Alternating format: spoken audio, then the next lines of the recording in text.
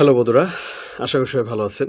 আজকে একটা বিষয় নিয়ে কথা বলবো, সেটা হচ্ছে সাম্প্রতিক সময়ে আমরা দেখতে পাচ্ছি যে এআই নিয়ে প্রচুর কনভারসেশন হচ্ছে। তো আমার কথা হচ্ছে যে এআই এর যে মিউজিকের যে বিষয়টা, যে অনেকে ভাবছে যে এআই হয়তো বা অনেকের চাকরি খেয়ে দিবে, এআই হয়তো বা মানুষের কর্মসংস্থান বন্ধ করে দিবে এরকম। এটা সত্য যে যে যারা আসলে একেবারে পারফেক্ট না কিংবা একটা কাজে পুরোপুরি দক্ষ না, তারা কিছুটা ক্ষতিগ্রস্ত হবে। এবং আরও কিছু মানুষ ক্ষতিগ্রস্ত হবে, তাদের মধ্যে রয়েছে যারা এআইকে ঠিকভাবে ব্যবহার করতে পারবে না। তারা মনে করি যে এআই হচ্ছে একটা টুল, অর্থাৎ এই টুলসটাকে যদি আপনি ব্যবহার না করতে পারেন, তাহলে আপনি একটা সময় পিছিয়ে পড়বেন। আজ থেকে 2-3 বছর আগে থেকে আমি এআই দিয়ে মিউজিক করা শুরু করি, বিশেষ করে এআইকে টুলস হিসেবে ব্যবহার করা শুরু করি 2023-এর শেষের দিকে। আমার মনে আছে যে আমি এআই এর বিষয়টা খুবই সিরিয়াসলি ভাবি নিই। তো 24 সাল থেকে এখনো পর্যন্ত আমার যতগুলো গান রিলিজ হয়েছে, টিউন ফ্যাক্টরি সহ আরও অন্যান্য যেখানে যতগুলো গান সিডি চয়েসে গান রিলিজ হয়েছে, অনুপমে কয়েকটা গান রিলিজ হবে, তো এই গানগুলো সবগুলো মোটামুটি আমি এআইকে টুলস হিসেবে ব্যবহার করেছি। তো যেটা হয়েছে, আমি এআইকে কখনো আমাকে ব্যবহার করতে দেই নাই, আমি এআইকে ব্যবহার করেছি। তো এআই কিন্তু আগেও ছিল, এটা আমরা অনেকে হয়তো বা জানি না। যেমন আগে যে সফটওয়্যারগুলো ছিল, যেগুলোকে আমরা ড বলি কিংবা যেগুলোকে প্লাগিংস বলি, এগুলো কিন্তু ওয়ান কাইন্ড অফ এআই ছিল। ভার্চুয়াল যে ইনস্ট্রুমেন্টগুলো আছে ওগুলো কিন্তু এআই। সো এইগুলোরই একটা বিগ আপগ্রেড ভার্সন হচ্ছে এআই। কিছুদিন আগে অনুপমের রাশেদ ভাই আছে, তো ওনার সাথে আড্ডা দিচ্ছিলাম, তখন রাশেদ ভাই আমাকে এই বিষয়টা নোটিশ করছিল যে এআই কিন্তু আগেও ছিল। তো হঠাৎ করে তখন আমার মনে হলো আসলে তো ঠিকই, তো এআই তো আসলে আগেই ছিল, কারণ সফটওয়্যার যেটা সেটা কিন্তু নিজে থেকে কাজ করতে পারতো না, ওটাকে আমাদের হ্যান্ডেলিং করতে হতো। কিন্তু এআই যেটা, এআই এর সাথে সফটওয়্যার যে পার্থক্যটা, সেটা হচ্ছে এআই নিজে থেকে অনেক কিছু করতে পারে, কিন্তু সেখানেও কিন্তু মানুষের একটা প্রম্পট কিংবা মানুষের একটা ডিরেকশন কিন্তু থাকে। তো বলা যায় এটা সফটওয়্যারই হচ্ছে একটা আপগ্রেড ভার্সন হচ্ছে এআই। সো এই এআইকে টুলস হিসেবে যারা নিবে, তারা আমি মনে করি যে খুবই আহ, মানে কাজে লাগাতে পারবে, নিজের কেরিয়ারের ক্ষেত্রে হোক, নিজের অন্যান্য বিষয়ের ক্ষেত্রে তারা খুবই গুরুত্বপূর্ণভাবে কাজে লাগাতে পারবে যদি এআইকে ব্যবহার করতে পারে। আর এআইকে যদি টুলস হিসেবে ব্যবহার না করে যদি এআই এর বক্ত হয়ে যায়, তাহলে সেক্ষেত্রে তার ক্রিয়েটিভিটি হারাতে পারে। এবং এমনও হতে পারে যে ওই যেটা বললাম, যে অনেকের কর্মসংস্থান কিংবা অনেকের কর্মদক্ষতা কমে যেতে পারে। কারণ যখন আপনি এআই এর সাথে যখন আপনি কোলাবোরেট করবেন, সেখানে যদি আপনার মেধাটা বেশি না থাকে, তাহলে কিন্তু আপনি এআইকে কন্ট্রোল করতে পারবেন না, তখন এআই আপনাকে কন্ট্রোল করা শুরু করবে। তো যেটা বলছিলাম, রাশেদ ভাইয়ের কথা যেটা বলছিলাম, তো উনি যখন বললো, তখন আমার হঠাৎ করে মনে হলো যে রাশেদ ভাই তো বললো যে এআই হচ্ছে একটা টুলস, এবং এটাকে আসলে এআই আগেও ছিল, অর্থাৎ এআইটাকে এআই নতুনভাবে আসছে, যেটাকে আমরা এআই নাম দিয়েছি। সফটওয়্যারের কিংবা প্লাগিনসগুলোরই নতুন ভার্সন আসছে, যেটাকে আমরা এআই নাম দিয়েছি। এখন কেন বলছি, যেমন ভার্চুয়াল গিটার নামে আমরা একটা গিটার ব্যবহার করতাম একটা সময়, প্রচুর বাংলাদেশের প্রচুর গানে ভার্চুয়াল গিটার ব্যবহার হয়েছে। এটা একটা প্লাগিংস, এটাকে ভিএসটিআই বলে, তো ভার্চুয়াল ইনস্ট্রুমেন্ট যেটা বলে। তো এই ভার্চুয়াল ইনস্ট্রুমেন্টটা কিন্তু ওয়ান কাইন্ড অফ এআই, কারণ তাকে নির্দিষ্ট একটা কোডিংয়ের মাধ্যমে একটা সেট আপ করে দেওয়া হয়েছে গিটারের। তো এখন তাকে যদি আমি এ মাইনরের পরে যদি জি মেজরের পরে এফ মেজর, আবার এ মাইনরের কর্ডগুলো যখন আমি বসায় দিই, তখন কিন্তু সেটা তার নিজের মতো করে বাজা শুরু করে, কারণ তাকে ওইভাবে কোডিংটা করা হয়েছে যে একটা নির্দিষ্ট একটা রিদমের উপরে গিটারটা বাজবে এবং একোস্টিক ফ্লেভার দিবে। তো এআইটাও কিন্তু সেম, এআইটাকে ওই রকমভাবেই কোডিং করা হয়েছে। যখন আপনি একটা প্রম্পট দিবেন, যখন আপনি একটা কথা দিবেন অথবা একটা সুর দিবেন, তখন সে এটাকে তার মতো করে হোক কিংবা আপনার মতো করে হোক, সে একটা আউটপুট দিবে।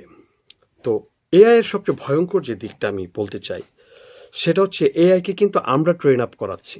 কীভাবে ট্রেন আপ করাচ্ছি? ধরেন একজন গীতিকার একটা লিরিক লিখলেন, খুব চমৎকার একটা লিরিক লিখলেন, এবং সেটা তিনি এআইকে দিলেন। তো এআই কি করবে, তার লিরিকটাকে যখনই ওই গীতিকার ইনপুট দেওয়া শুরু করবেন এআই এর মাধ্যমে তার লিরিকটা, তখন এআই ওই লিরিকটাকে তার নিজের বলে রেকর্ড করে নেবে। এবং সবচেয়ে যে ভয়ঙ্কর দিকটা বলছি, তখন দেখা গেল অন্য একজন, যখন দেখা গেল তার লিরিকটা এরকম ছিল যে আমি তোমাকে ভালোবাসি, তুমি কি আমাকে ভালোবাসো, ধর এই টাইপের ধরেন একটা লিরিক ছিল এই লাইনটা। এখন এই এআই কি করবে, এটা যেহেতু তার নিজের মতো করে সে রেকর্ড করে নিয়েছে, এখন অন্য কেউ যে আসলে কখনো লিরিক লিখেই নেই অথবা গান লিখেই নাই, সে যখন একটা প্রম দেবে যে আমি তোমাকে ভালোবাসি, এটার উপর একটা লিরিক লিখে দাও, তখন এআই কি করবে, তার গানের কিছু শব্দ কিংবা তার গানের কিছু মানে তার গানের কিছু ওয়ার্ড কিংবা লাইন সেইখানে অ্যাড করে দেবে এবং হুবহু হয়ে যেতে পারে। তো তখনই সেক্ষেত্রে কি হতে পারে, যে কপিরাইটের ঝামেলা হতে পারে। কারণ এখন এটা তো আমি লিখছি গানটা, অথবা যেই গীতিকার লিখছে গানটা সে তো ইনপুট দিল এআইকে। তো এআই কি করলো, এটা নিজের বলে রেকর্ড করে নিল এবং সেটা আরও 10জন মানুষের কাছে বিলি করা শুরু করলো। তো এটা হইতে পারে একটা জটিলতা, সেই ক্ষেত্রে আমরা কিন্তু এআইকে ট্রেন আপ করাচ্ছি। তো সুতরাং এআই আসলে ভয়ঙ্কর তখনই হবে যদি আমরা এআইকে প্রচুর পরিমাণ ইনপুট দেওয়া শুরু করি, কিন্তু এআইয়ের কাছ থেকে যদি আমরা আউটপুট নেই সেক্ষেত্রে আমাদের প্রবলেম হবে না। এখন আউটপুটটা কিভাবে নেবেন সেটা আপনি বের করবেন, যে যে এআই ব্যবহার করবে সে বের করবে যে আমি তার কাছ থেকে কোন আউটপুটটা নিলে আমার ক্ষতি হবে না। আরেকটা বিষয় বলি, যে এআইকে আপনি ব্যবহার করা শুরু করেন, মানে কিভাবে ব্যবহার করবেন সেটা আপনি টেকনিক্যাল বিষয়গুলো চিন্তা ভাবনা করে ওই এআইকে ব্যবহার করতে হবে। এআইটাকে যদি ঠিকভাবে ব্যবহার না করা যায় তাহলে এআই কিন্তু পরবর্তীতে আপনাকে ব্যবহার করা শুরু করে দেবে এবং আপনাকে কন্ট্রোল করা শুরু করে দেবে। তো যাই হোক, অনেকে এআই নিয়ে অনেকে দুশ্চিন্তায় আছেন যে মিউজিকের অনেক ক্ষতি করে ফেলবে কিনা। না, মিউজিকের আসলে আলটিমেট তেমন কোনো ক্ষতি হবে না, কারণ হিউম্যানের টাচের যে একটা ব্যাপার থাকে, মনুষ্য আবেগ কিংবা মানবিক যেই অনুভূতিটা, সেটা কিন্তু এআই কখনোই দিতে পারবে না। হয়তো বা কাছাকাছি যেতে পারবে কিন্তু কখনোই দিতে পারবে না, কারণ মানুষের সাথে এআইয়ের পার্থক্য হলো একটাই, সেটা হচ্ছে যে মানুষ কখনোই পরিপূর্ণ না, কিন্তু এআই হচ্ছে একেবারে পারফেকশন, অর্থাৎ তার সাউন্ড, তার মিউজিক, তার শুধু শুধু তারা হিউম্যানের বিষয়টা তারা এখনও ওই রকম মানে প্রপারলি করতে পারে নাই, যে আমরা যে মনুষ্য যে ভোকালটা দেই ওই ভোকালটা তারা এখনো পর্যন্ত আয়ত্ত করতে পারে নাই। তবে আমার ধারণা মানে অদূর ভবিষ্যতে এটা পুরোপুরি আয়ত্ত করে ফেলবে এবং আমি দেখেছি যে অলরেডি 90% কভারেজ করে ফেলছে। ফিমেল ভয়েসের 90% কভার করে ফেলেছে, মানে মেল ভার্সনের কভারটা এখনও তারা করতে পারে না ঠিকঠাক। আমরা যতদিন ওই তাকে ট্রেন আপ করাবো তখন সে আমাদের ভয়েসগুলো নিয়ে নিয়ে নতুন নতুন টোন বানিয়ে তখন এই কাজগুলো করবে। সো এখনই সময় যে নিজের কাজগুলোর কপিরাইট নিজের মতো করে করে রাখা এবং যে কাজগুলো রিলিজ করা হবে সেই কাজগুলোর প্রতি সতর্ক থাকা। তাহলে আমার মনে হয় যে এআই আমাদের কখনো কোনো ক্ষতি করতে পারবে না। আর দ্বিতীয়ত এআই আসলে এটা যুগ যুগ ধরেই মানে তাদের নতুন নতুন ভার্সন আসবে এবং এর আগেও আমরা দেখেছি যে টেকনোলজির কারণে অনেক অ্যাকোস্টিক ইনস্ট্রুমেন্টের কাজ আমরা সফটওয়্যারে করেছি। তখনও কিন্তু অনেকে বলেছে এই সফটওয়্যার মিউজিক, কম্পিউটার মিউজিক ইন্ডাস্ট্রির ক্ষতি করে ফেলবে, মিউজিক ইন্ডাস্ট্রির ক্ষতি হবে, কিন্তু কই কিছুই হয় নাই। বরঞ্চ মিউজিক ইন্ডাস্ট্রি আরও উন্নত হয়েছে, সবাই ভালো ভালো মিউজিক করা শিখছে এবং সবাই কিন্তু ভালো ভালো সাউন্ড করা শিখছে।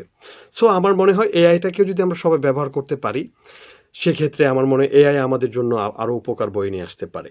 তবে এআইকে আসলে অপব্যবহার করা যাবে না, এটা একটা গুরুত্বপূর্ণ বিষয়।